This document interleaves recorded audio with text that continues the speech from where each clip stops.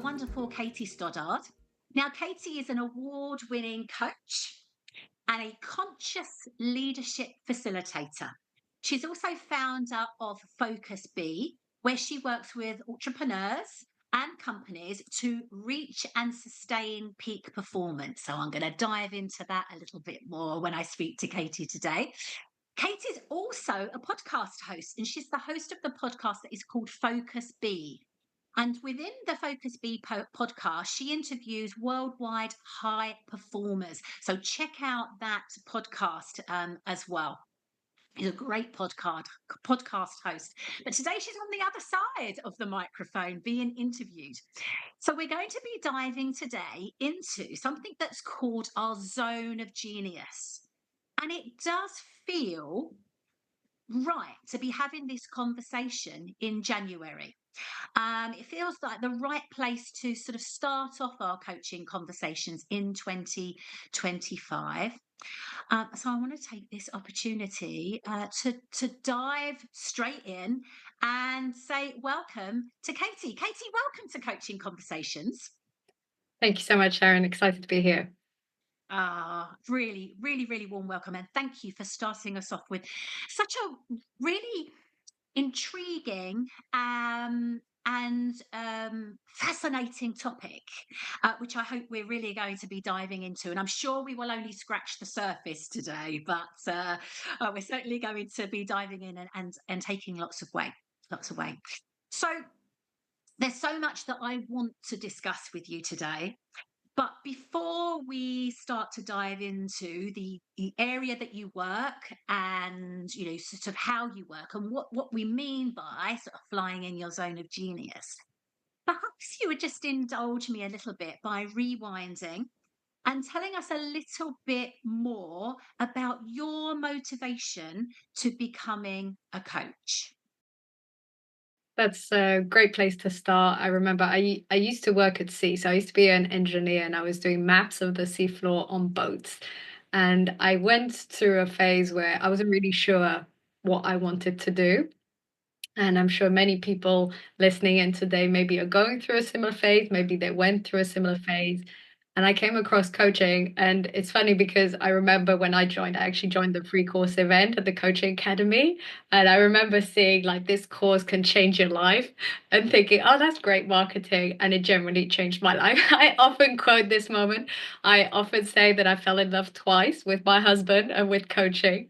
And so it's not to do advertising for Coach Academy, but it did radically change the course of my career. So I joined the coaching academy. It was almost seven years ago. Changed my whole career from engineer to coaching. And to answer your question, what was my motivation? I realized when I did the free coaching course, and many of you who've joined, you probably did the tool with the wheel of life. And at the time, I did my wheel of life, and all my areas were low. And that's when I realized that my rhythm going on and off the boats made me totally out of alignment. And that's why I wasn't fulfilled. And from then on, I had the motivation to not only change my own life so I could be more fulfilled, but I also realized while I did that initial free training, and then, of course, as I grew and learned as a coach, that these were tools that could help everyone to have a more aligned, fulfilled life. And actually, if we took the time to pause, to reflect, to be in our zone of genius, to look at what our vision and goals are, within reach with everyone. And that's really what my motivation is as a coach. Oh, fantastic. Thank you. That's really inspiring. So you work with a lot of sort of senior leaders, supporting them in that area. What would you say a typical day in the life of your sort of coaching practice? What would that look like? Well, given that I've worked a lot on personal effectiveness, I do have quite a rhythm. I would say it's morning routine with meditation and exercise.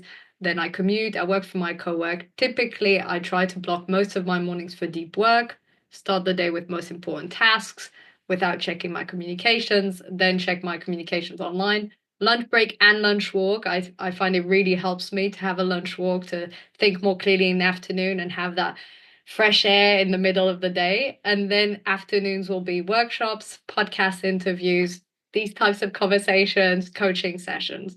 So it really is sort of deep work in the morning where I prepare some of my workshops, speaking engagements, proposals, and afternoons where I will deliver talk, conversations, coaching, speaking engagements.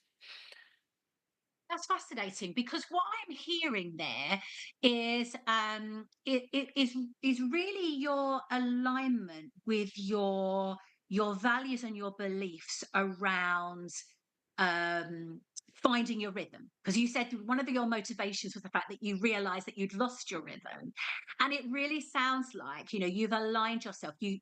I mean, my words, obviously not yours. You have a blueprint now for success almost. And that's why I'm thinking, like, today is it's perfect in January to be thinking about this, because you have this real dedication to knowing what works for you, and obviously ultimately for your clients as well. So you're walking your talk, you're very authentic, and in alignment with what you believe works, not just for you but for the people that you work with. Would that be a sort of a good sort of assessment of who you are and what you do? Absolutely, and you put the right word to that word of alignment. I really feel that one of my wake up calls was realizing I was out of alignment, and that's why I'm so dedicated to supporting people to live with intention and clear alignment in their life and their work. And as we'll explore today, the zone of genius is a big part around living and working with greater alignment. And alignment, for those who are listening who can't really define it. The way I look at it is when you're really clear on your values and your beliefs, and your actions and behaviors are coherent with them, that's alignment. But if, for instance, we believe that it's highly important to be very honest or to master our time well or to live a healthy life, but then our actions say something else. So if what we're thinking and what we're doing is different, so we're thinking this is really important, but in our actions we're doing something else, this often leads to guilt and shame and regret, and that's when we're not aligned. So I try and minimize for myself, for my clients, the regret and shame, and check in regularly to think, wait a minute, is this how I want to spend my time, my energy, my attention? Is this worthwhile? And that's how I check in and make sure that everything is aligned as much as possible. Yeah. Yeah, I love that. I love that. So we've spoken about the word quite a lot, but what does zone of genius actually mean? But the time I first discovered the zone of genius was in the book The Big Leap by Gay Hendricks. Maybe put in the chat if you've read The Big Leap and if it also made an impression on you. And he defines the zone of genius as being this perfect balance between where we're most an expert in, where we're most skilled and competent, and also the work we enjoy and love doing most. We can think a bit of the ikigai, for instance. I actually came across or I not came across, I created an acronym for the Ikigai to make it easier to remember that I called LIFE.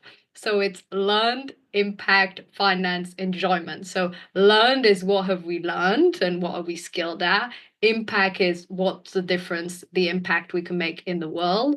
Financially rewarding and that we enjoy. So if we think about it, the zone of genius covers two of those areas where we're skilled at, what we've learned, and the enjoyment part. It leaves out the impact and financially rewarding that's in the ikigai and just focuses on enjoyment of the work and expertise. Ah, fantastic. And for those of you that aren't aware, Ikigai, again, fantastic book if you want to sort of dive into that. If maybe one of your intentions for this year is to support yourself with sort of wider reading. So yeah, so two books there, two fantastic books. Katie, what's the difference between a zone of genius and being in flow? So very interestingly, so they're two different things. So being in flow is that ability to make time disappear. You're doing an activity, you're totally merged with what you're doing. And we can be in flow with anything. You can be in flow when you're doing your expenses. You can be in flow in the middle of a conversation. You can be in flow when you're exercising. So it can happen in any given activity. Yet what we see is most often the areas and the activities that correspond to our zone of genius. So when we're highly expert and competent, and when we really enjoy doing it, we are very likely to be in flow. So if we have what Mihaly Csikszentmihalyi talks about in flow, if we have an autotelic personality, which is the ability to often be in flow, you can pretty much develop the ability by strong focus, single tasking, being very clear on the goal. You can develop the ability of pretty much always generating flow, but that doesn't mean it'll be your zone of genius. You might just be able to be very focused and get into that state of flow, release the right brain waves, have that clear concentration. But almost for sure, one way of knowing your zone of genius is it always puts you in flow. So if your zone of genius is in writing, each time you write, you totally enter that zone. If it's coding, I know a lot of developers and tech people, once they start coding, everything disappears. So it tends to be really almost like a flow button. You press the zone of genius and whoosh, you enter that tunnel of flow. Oh, that's fascinating because I hadn't really made that connection because I sort of hear a lot of people talk about being in flow and when are you in flow, and it's actually it is a question that I often ask my own private clients, my private coaching practice, raising awareness of when they are in flow. So yes, I'm fascinated to sort of understand the difference between that and zone of genius, which is wonderful. When we think about that, when I was doing a little bit of research on you, you also mention about something called the zone of excellence. So you mentioned sort of within that, that it's easy to stay stuck in that zone of excellence. Can you sort of unpick that a little bit more for me? Absolutely. And just for purpose of illustration and to show a bit what we mean by all of this, I'll just briefly share this so people can see. So if you all look, I'll just share this briefly. You can see here that we've got expertise versus enjoyment. And you can see that either you're incompetent with incompetence zone, and that's low enjoyment, low expertise. Medium expertise and low enjoyment is competence. And there you can see, to come back to what you were mentioning, Sharon, the zone of excellence. And if you look on the graph, you can see that it's pretty high expertise, but medium or sometimes medium high enjoyment, versus the zone of genius is very high enjoyment and very high expertise. So I'll stop the share. And the idea is that often what happens as we grow and in our career, we often end up doing activities we're good at, we quite Mhm. enjoy, and it's comfortable, and we get well paid. And Gay Hendricks, in his book The Big Leap, refers to the zone of excellence as the danger zone. Because for a lot of us, it's comfortable, it's well paid, we know what we're doing, we get positive feedback, and we just stay there. And for instance, when I was working as an engineer, I trained as an engineer, got well paid, people said I did a good job, and I could have just stayed there. The way we know if we're in with our zone of excellence or zone of genius, or one way of knowing, is to remove the financial reward. If you weren't being paid for this, would you still want to do it? If you had all the money in the world, arrive tomorrow, you won the lottery, would you just quit immediately and then start painting all day or start doing music? Or would you still want to be doing some of it 50% of the time? And when I spoke to engineers on the boat and they were clearly in their zone of genius, they would all answer, oh, I'd still continue. Maybe they'd work a bit less, more work-life balance. That's fantastic. But they would still continue. And often if you remove the finance, so the extrinsic motivation, if there isn't anything extrinsic that is important for you, then you will notice that that is the zone of genius, when the extrinsic motivation isn't what pulls you there, but it's intrinsically driven. So you genuinely feel motivated to deliver that work. That's the zone of genius. So we get stuck in the zone of excellence because it's comfortable, because it's paid, because we know what we're doing. So it's our danger zone.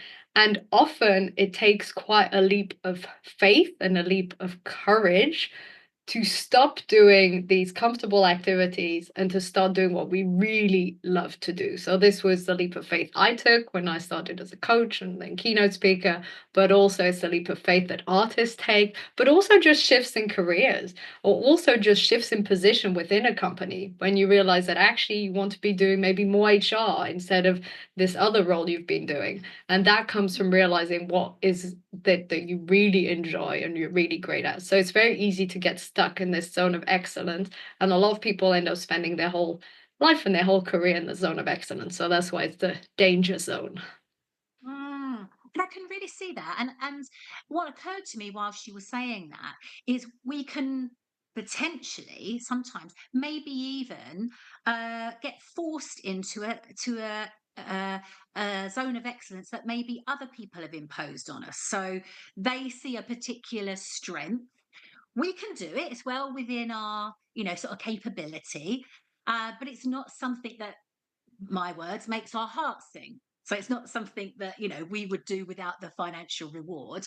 But because we're told that we're good at it and because it feels easy for us and well within our capabilities, then we continue to do it. And so I guess we can get self-imposed zone of genius and the zone of genius that maybe is imposed upon us because we've been told that we are. Is that an experience that you've come across? Yeah, so the zone of excellence that's imposed from the outside, I think it's very common, especially for people and personalities that are maybe slightly less assertive and doubt themselves a bit more. So if we're thinking of DISC, maybe high S typically, or be a little more uncertain. So they will ask their teachers or their parents, especially maybe when they're 18 years old and choosing the careers they want to go and the studies that they want to do, and other people will say, "Oh, but you're really good at science. Why don't you do that?" But maybe that's not really what they want to do. And if I think back to my own experience, I did like maths and physics that I studied, but I definitely was not cut out to be an engineer. I'm a very high I and then S. My C is quite low, that I've worked on it a lot, but it's not my initial calling. And though I enjoyed science, it was definitely not a career for me. And this is something we don't often take into consideration. So, yes, I definitely think it can be maybe not imposed, but encouraged from the outside. And unless we know what we really want to do or we take the time to explore, it's very easy to get stuck in what other people think we should be doing. That makes total sense. Thank you for that. So, if we maybe it's very easy for us to identify what our zone of excellence is, particularly now you've sort of explained that, really lovely explanation of that. But how can we discover our zone of genius then if it's not if we're not aware of it? Yes, and I think it does take some exploration. The main reason it's hard to see sometimes is because it often comes very easily to us and we don't think of it as a specific skill. So many people might have in their zone of genius brainstorming, business networking, summarizing concepts together. And this is something planning. And these are things that come so easily to them that they don't think of them at all as zone of genius. So the first question would be, what comes very easily to you? What do you really enjoy? And again, you would do even if you weren't paid for. And also looking at hobbies, what we did as a child. And it's sort of zooming out and looking at all the different areas in our life and trying to find common threads. In all these different activities, were you always a planner? Were you always the networker? Were you always the person writing the content? Did you really love researching and looking everything up in nitty gritty detail? Were you someone who loved speaking to everyone? So in my case, my mum always jokes that I started speaking before I started walking. I remember when I was 5 years old, and my fingers stuck in the door. I was in hospital, and there was this 14-year-old girl, and she'd had her tonsils and wisdom teeth taken out, and she said she couldn't speak for a few days, and I was 5, and so she said, "Oh, I wasn't able to speak for a few days because my wisdom teeth were out." And apparently, I looked at her with my naive child brain and opened my eyes and said, that must be the worst thing in the world. So when I was 5, I believed that not being able to speak was the worst thing that could possibly ever happen. And these are all small anecdotes, but if you look back, you will see that there are certain activities that always pulled you in, that always called you, that came to you very easily, that you enjoy. And for instance, when it comes to speaking, I never found it hard to speak in front of a camera, not really on stage, hosting the podcast. And I didn't think it was a special ability at all. I just thought, well, Mm, everyone could do that until mm, someone tells you they can't. And you realize that some people train for weeks and months and have a script to just speak in front of a camera. And then you realize, oh, right, this isn't actually easy for everyone. And so I would almost bet that these are activities we don't think of because they're so natural for us. And of course, we can still improve. I trained my speaking and I went Toastmasters and I improved it. We can still improve any ability, but it's something where the initial step comes very easily. So I'd say looking for patterns, looking for what we enjoy doing as a child, what comes very easily, what's a unique ability, and within our work, what activities do we enjoy the most? What activities feel light, easy? Which ones do we want to do more of? And we can also contrast it with what activities do we hate? Maybe try and yeah. see the almost the opposite of it. So if it's something that's very, very detailed, maybe we're a great visionary and we love to have a huge overview. And that's our strength, being a visionary leader, for instance. Mm. I love that. And do you think because of the fact that, as you sort of explained it, it's something that we enjoy, something that we love, something that, sort of gives us that sort of positive energy? You mentioned the word sort of feeling light, um, is well within our capabilities and reach. Do you think maybe, I mean, obviously, in your opinion, Katie, but also in your vast experience, that as a result of that, perhaps people dismiss it or sort of maybe underestimate that that's so important?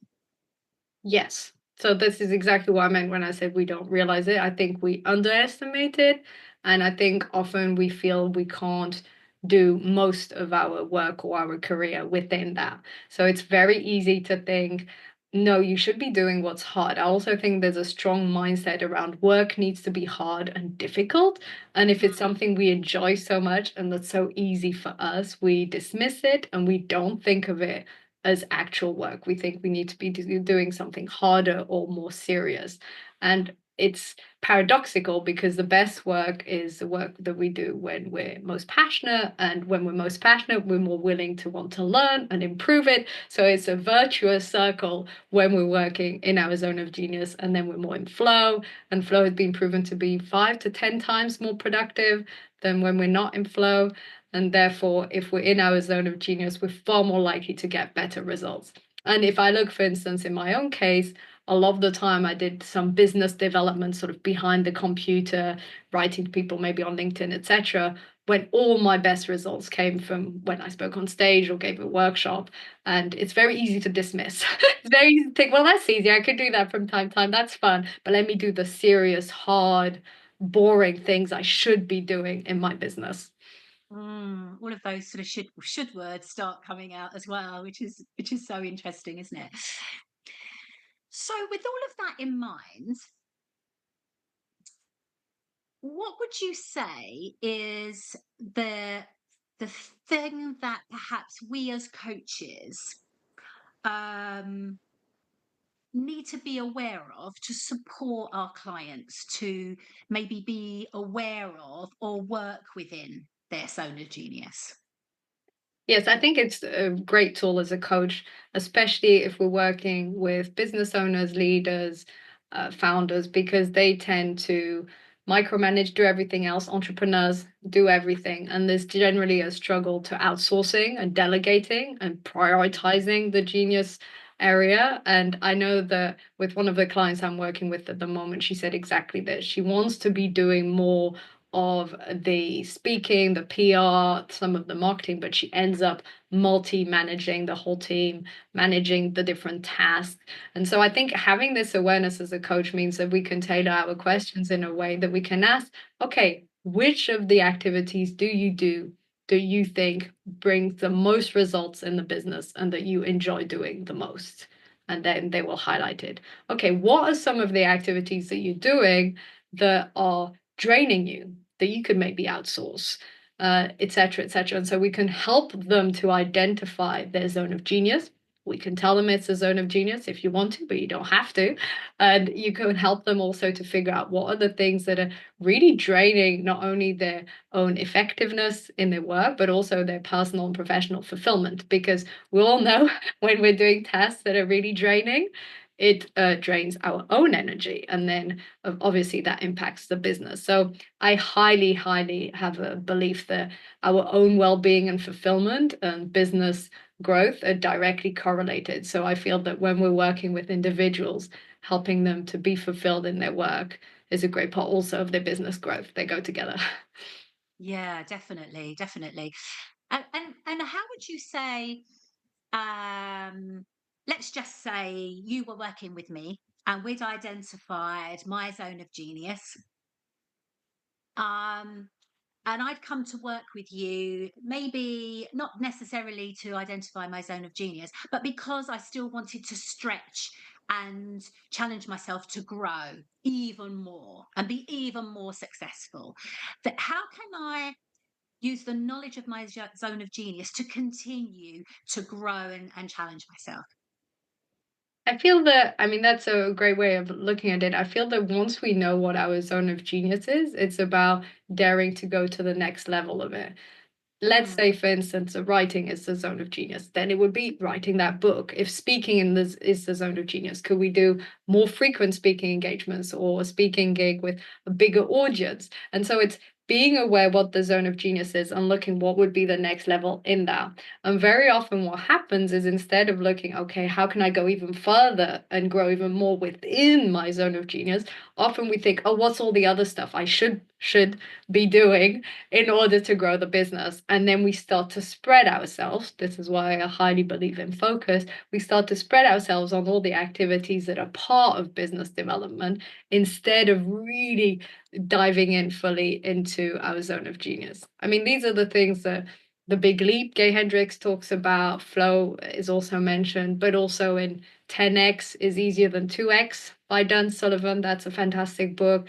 And also The One Thing by Gary Keller. They all say the same, which is when you're doing your thing and you go to high performance, also High Performance Habits by Brendan Burchard, probably also Stephen Covey. All these people sort of say the same. Identify where your strengths are, which will probably also be discussed in the next coaching call, where the high strengths are, your zone of genius, where you thrive, and try to optimize your time and energy, spend as much time and energy as possible in there and grow within that. And I think a big part of the growth is letting go of control, so the micromanaging, and being able to outsource and delegate effectively to begin with, and then as much as possible as we grow in order to spend more and more time and energy within our zone of genius.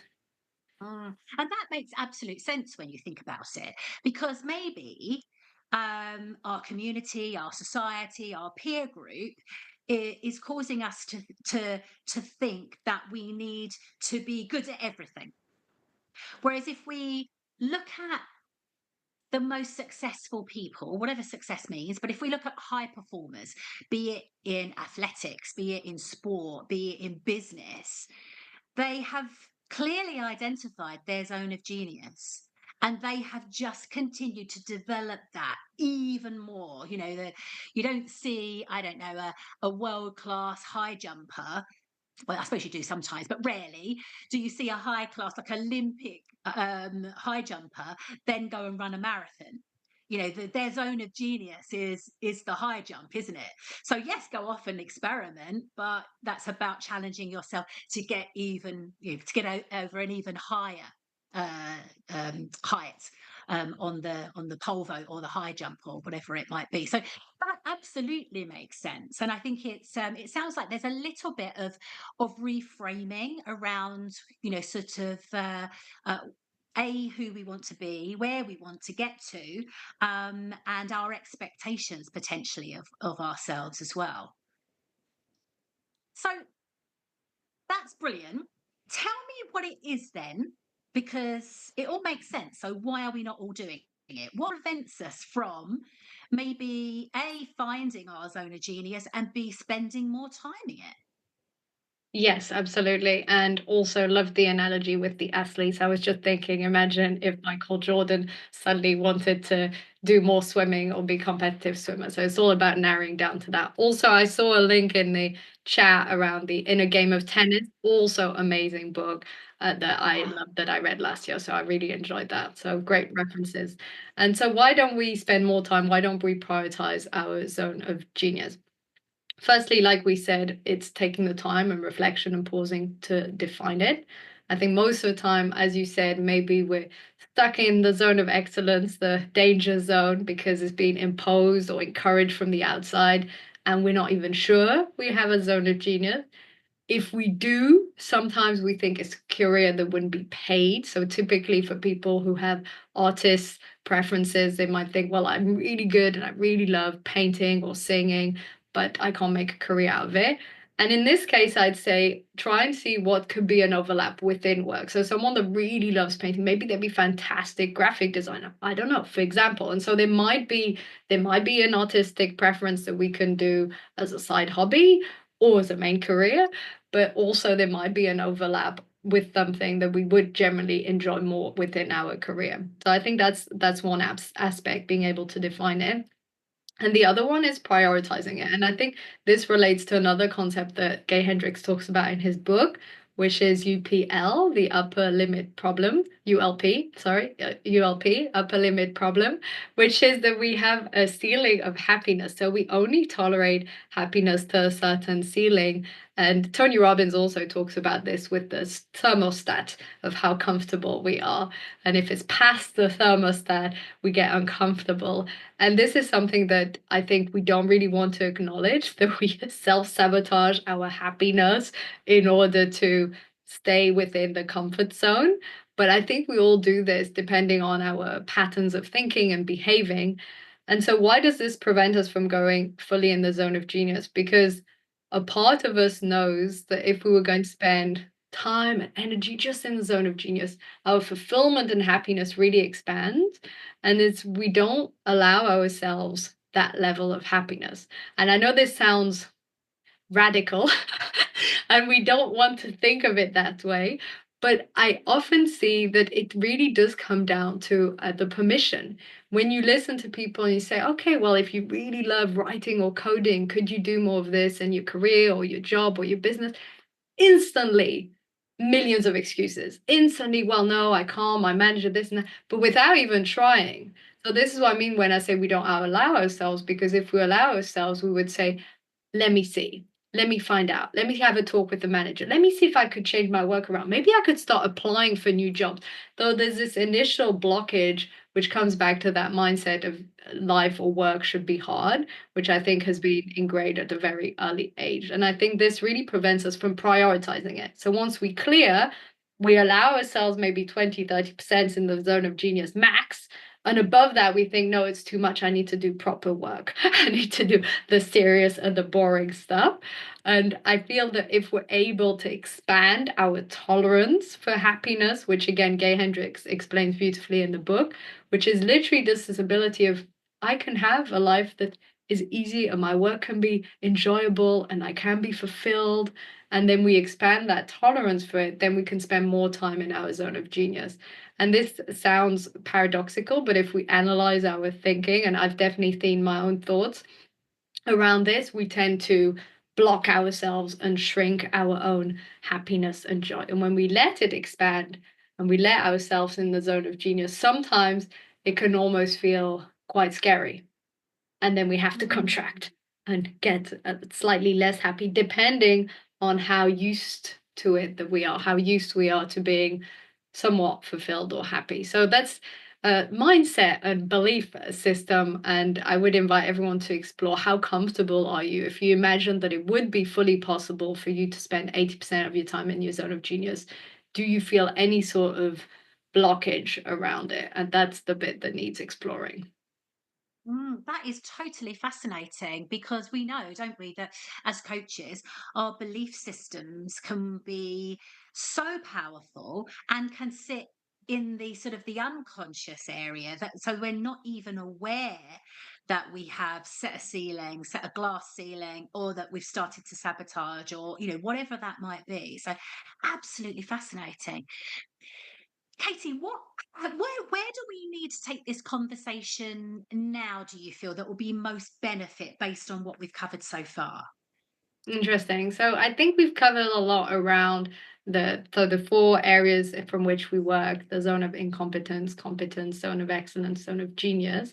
We've looked at how we can be in flow and which activities are in flow and what are some of the blockages.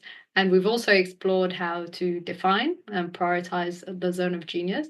Maybe it could be an interesting moment to look at what are some of the core questions coming through, what are some people thinking around this topic, where they're getting stuck, because I'd also be very curious to hear if they identify with this glass ceiling of happiness, but also if they have any other thoughts and comments around the zone of genius. Those of you perhaps who have done a little bit of work in this area already and you're aware of what your zone of genius is, perhaps you'd like to sort of share that in the chat box as well. That would be totally fascinating. See what comes up. I know you've got access to the chat box as well, Katie. So if there's anything there that has come up, then feel free to sort of identify something that you'd like to sort of unpick a little bit. Otherwise, I'm sure that there are loads of things that you could sort of dive us into next. Yes, maybe a good place to look at is also focus, because I think I and because also my company's the Focus B. It's interesting to see Mm, how focus is correlated to flow. When we single mm, task, then we're a lot more likely to be in flow, and how it's linked to the zone of genius in two ways, if we think about it. And I also talk about it in my book, The Magic of Focus. I also talk about the zone of genius because focus is both long term, and that's having those clear vision and clear goals, but it's also short term, which is managing our distractions. And if you think about it, the zone of genius is both being clear long term. Where do you want to spend your time? Where do you want to spend your energy? What are the activities you enjoy doing most? But also short term, on a day to day basis. Are you prioritizing your zone of genius? Are you spending Pareto, the 80/20? Are you spending that Pareto time, which is the most effective, are you spending it in your zone of genius, doing activities that have a very high impact, or are we stuck in the busy wheel? So it's having that ability to go from being chronically busy to more focused. And when we do this, clear zone of genius with long-term vision and goals, and clear short-term focus around managing distractions, cutting out the noise, and being able to prioritize those Pareto activities that have the higher reward and that are the most fulfilling. totally. And a couple of things resonated with me there, Katie, when you were talking, because I think sort of society tells us that we're successful when we're busy, busy, busy, busy. And certainly, I sort of got caught up in that. To be productive, I need to be multitasking and all of that.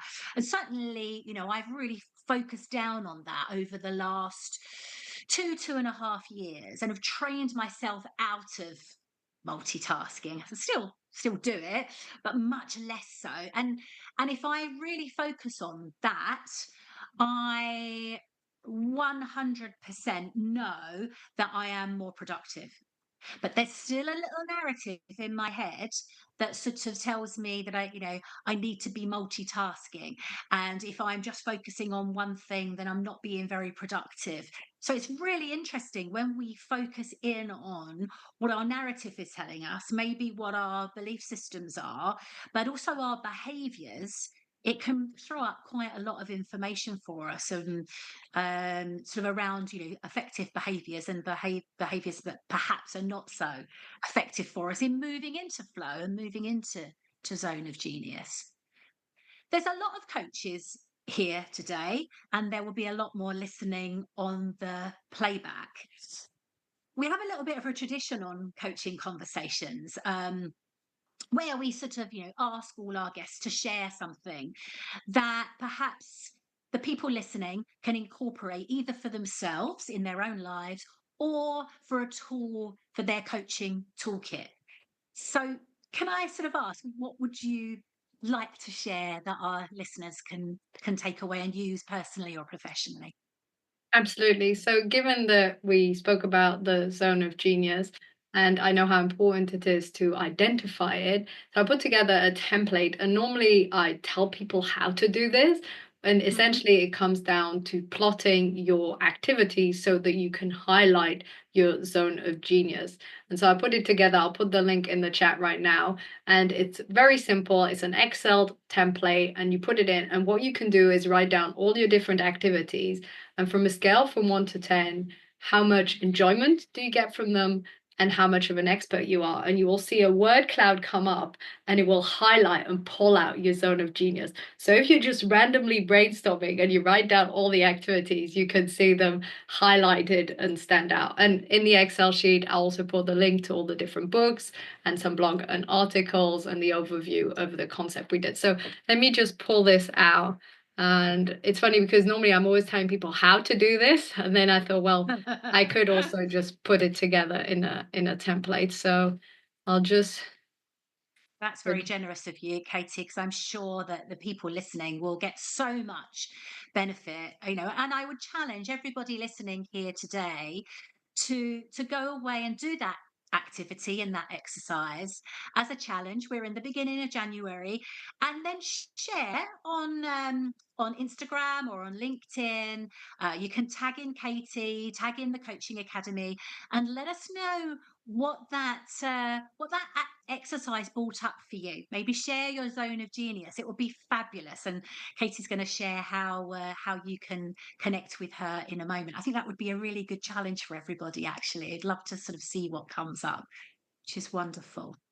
Katie, it's been an absolutely fantastic conversation. And as I said right at the beginning, I was really excited to start this one off for our 2025 series. And I mean, I've learned so much, particularly around sort of flow and zone of genius. It's been enlightening for me. And I know that there's been much, much more that other people will have taken away from today's session.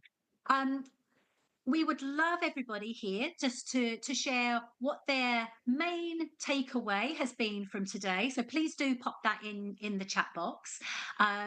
Maybe one thing that you're taking away, one insightful moment. We love to read the chat feedback. And Catherine is going to share a little poll, which we made a little bit of a sort of a tradition of finishing on last year, and we're going to continue that this year, just so that we can really get to grips with how you found the session. So we've got a little poll there. And again, if you're listening on playback, then just pop a word into the chat. So, how did you find today's session? The poll is now on the screen. Inspirational, encouraging, motivational, challenging, or maybe not for you this time, and that's okay if it's not for you, because not everything is for everybody. So please do. That should be able to see that on the screen. I can't see anybody engaging in that, Catherine. I'm hoping that it's launched okay. So yeah, I would love to see you guys participating, which is great. Lovely.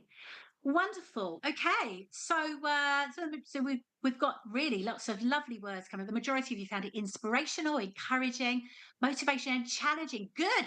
I'm glad to see that word challenge there. Challenge is good. It means that we're growing, and it's challenged us to maybe to think something different, which is wonderful. Katie, thank you again. How can people find out a little bit more about you and also maybe connect with you if they would like to find out more about the work that you do? Absolutely. The best place to find me is on LinkedIn. So Katie Stoddart, Katie and Stoddart, Stoddart, the Focus Bee. And then my podcast, The Focus Bee Show, that's both on Spotify, Apple Podcasts, YouTube. I also have a blog on Substack, The Focus Bee. And also, if you just write to me on LinkedIn, I'd love to hear what was your takeaway from today. And if you have any questions on Zone of Genius, how you did your template, what your Zone of Genius is, I generally really love to hear from people and their main takeaway and questions. So I'd be happy to answer any question.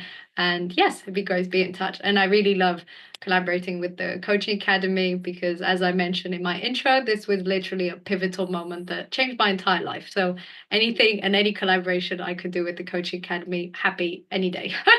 Oh, Katie, thank you. That's really generous of you. Well, certainly I will be jumping on that template for sure, and giving it a try. And I'm going to share mine as well.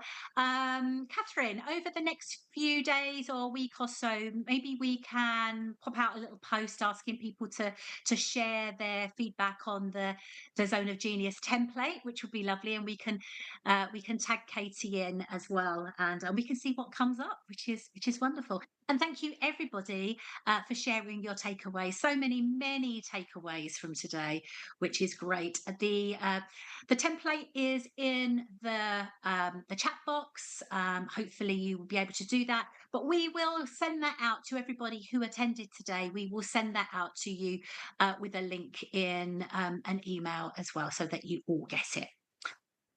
Well, that's it for this month. Thank you again to my wonderful guest, Katie, and to my lovely Catherine, who is always managing all of the tech in the background. I couldn't do it without her doing all of her bits in the background.